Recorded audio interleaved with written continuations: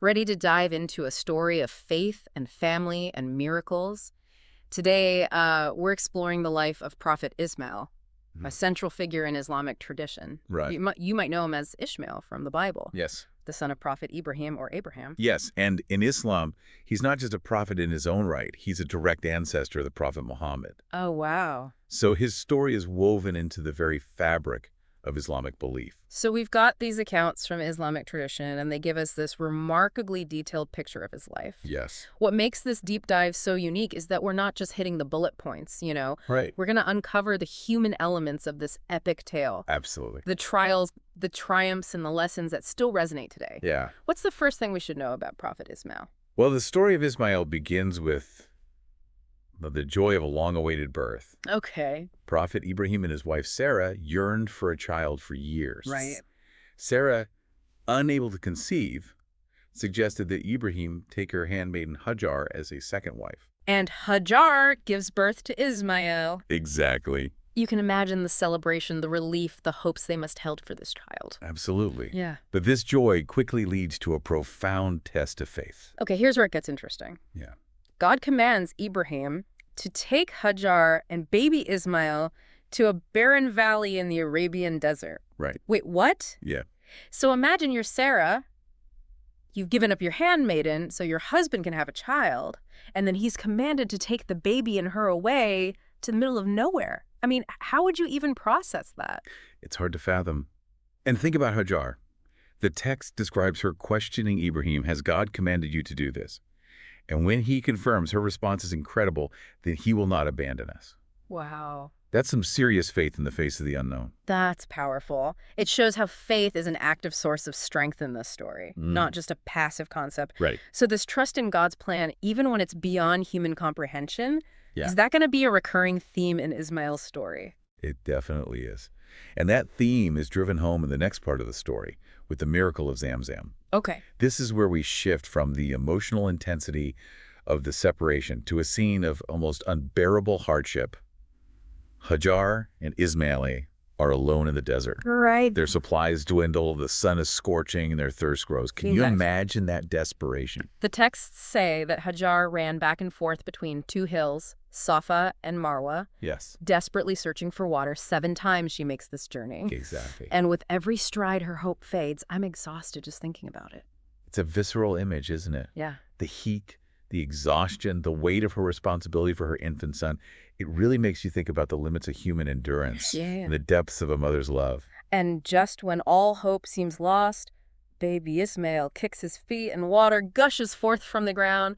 The well of Zamzam, I've heard that it still flows in Mecca today, right? It does. It's a source of life and a testament to God's mercy. And, the well eventually attracted people to the valley and helped turn it into a thriving settlement. Wow. It's almost as if that barren valley, that place of exile, was transformed by divine intervention. Whoa, I never thought of it like that. So it wasn't just a physical miracle, it was a turning point. Mm-hmm. And if I'm following you, it foreshadows the important role this location will play in the future. Okay, I need a minute to process this. Of course. This story isn't just about water in the desert. Think about it. It's about finding hope and provision in unexpected places, even when all seems lost. Right. How often do we give up too soon when perseverance might lead to a miracle? That's a good point. Okay, so you've got faith, hardship, miracles, but this is just the beginning for Ismail, right? Right. The next test they face is even more profound. Years later, Ibrahim receives a command in a dream. Sacrifice his son. Hold on. That's heavy. Years ago, he left Ismail as a baby in the desert, and now he's commanded to sacrifice the son he was reunited with. Talk about an intense test of faith. The weight of this test is unimaginable, even for us today.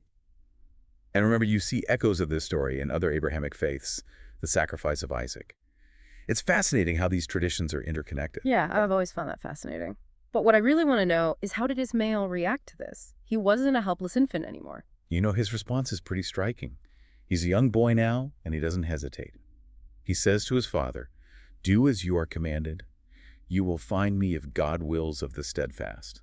Wow. So he's echoing his mother's unwavering faith. And it's that faith, that submission to God's will, that ultimately leads to their deliverance, right? But wait, what's the submission really mean in this context? Mm-hmm. Because it might sound strange to people who aren't familiar with this tradition. That's a great question. Submission in this context isn't about blind obedience. It's about recognizing a power greater than ourselves and aligning our will with that divine purpose. It's about surrendering to something bigger than our own desires and trusting that even when things are difficult, there's a higher plan at work. That actually makes a lot of sense. And in this case, that surrender led to a pretty amazing outcome. It did. God intervenes, providing a ram for the sacrifice instead of Ismael. It's a reward for their obedience, a reminder that trials are often followed by tremendous blessings. You know what's powerful about that? It's not just a story for believers. It's a reminder that resonates with everyone about that leap of faith, that trust in something bigger than ourselves, even when faced with the unthinkable. I mean, who hasn't felt that way at some point in their lives? It's a universal human experience. Yeah. And Ismael's story provides a powerful framework for understanding how faith, sacrifice, and trust can lead to unexpected outcomes.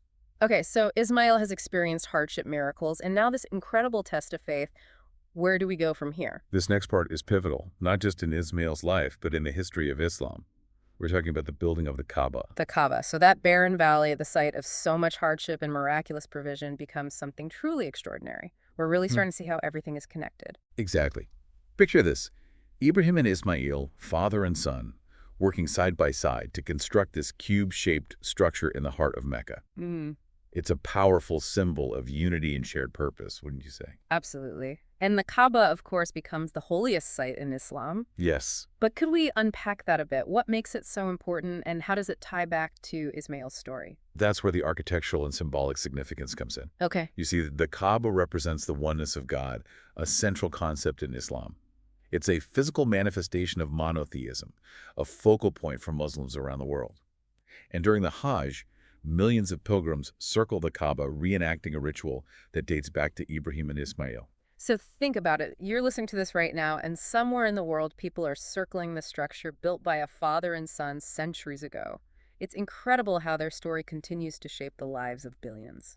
It really speaks to the enduring power of faith and the idea that actions rooted in belief can have ripple effects for generations.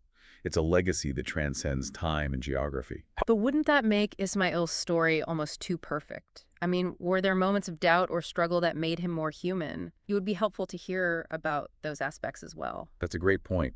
While the traditional narratives focus on Ismail's unwavering faith, it's essential to remember that he was human just like you and me.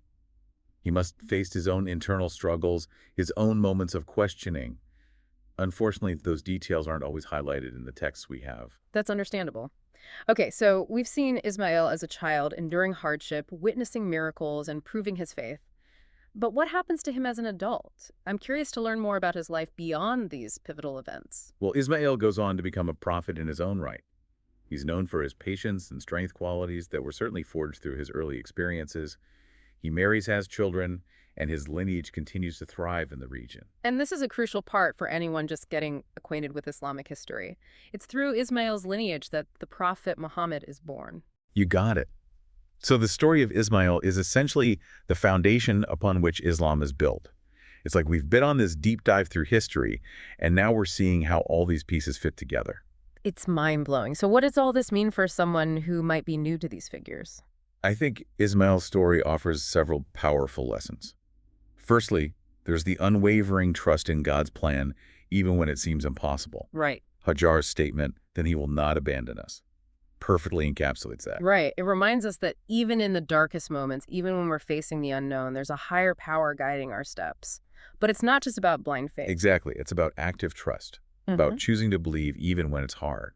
And that choice, that act of faith, can be transformative. And then there's the theme of reward following trials. We saw it with the miracle of Zamzam and the ram replacing Ismail for the sacrifice.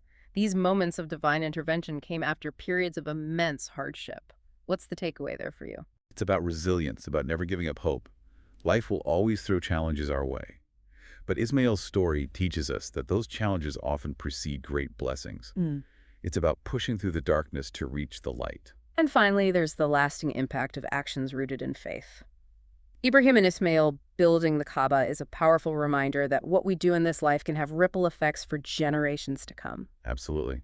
It's a call to action, an invitation to think about our own legacies. How do we want to be remembered? What impact do we want to have on the world? It's something worth pondering. So much to think about. But before we wrap up, is there anything else about Ismail's story that stands out to you? You know what I find most intriguing is how this story emphasizes the human side of these prophets. Right. We see fear, desperation, love, and ultimately a deep and enduring faith. It's a good reminder that these aren't just names in a book. They were real people who faced real challenges. And their stories are about resilience, courage, and the power of belief. It makes it so much more relatable, right? We all face our own trials and triumphs, and hearing these stories helps us find strength and meaning in our own experiences. I agree. These stories offer us guidance, inspiration, and a sense of connection to something larger than ourselves. So as we wrap up our deep dive into the life of Prophet Ismail, what's the biggest takeaway for our listeners? If you could give them one nugget of wisdom to carry with them, what would it be? Um, I think it would have to be the unwavering trust in God's plan, even when we don't understand it. Just like Hajar said, then he will not abandon us.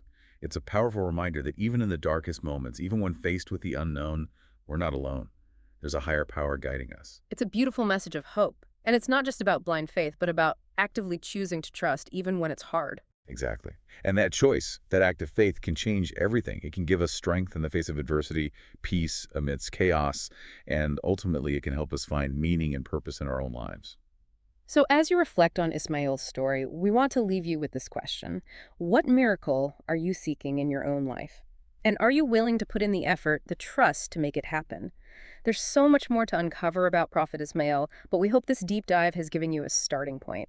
Keep exploring, keep asking questions, and most importantly, keep diving.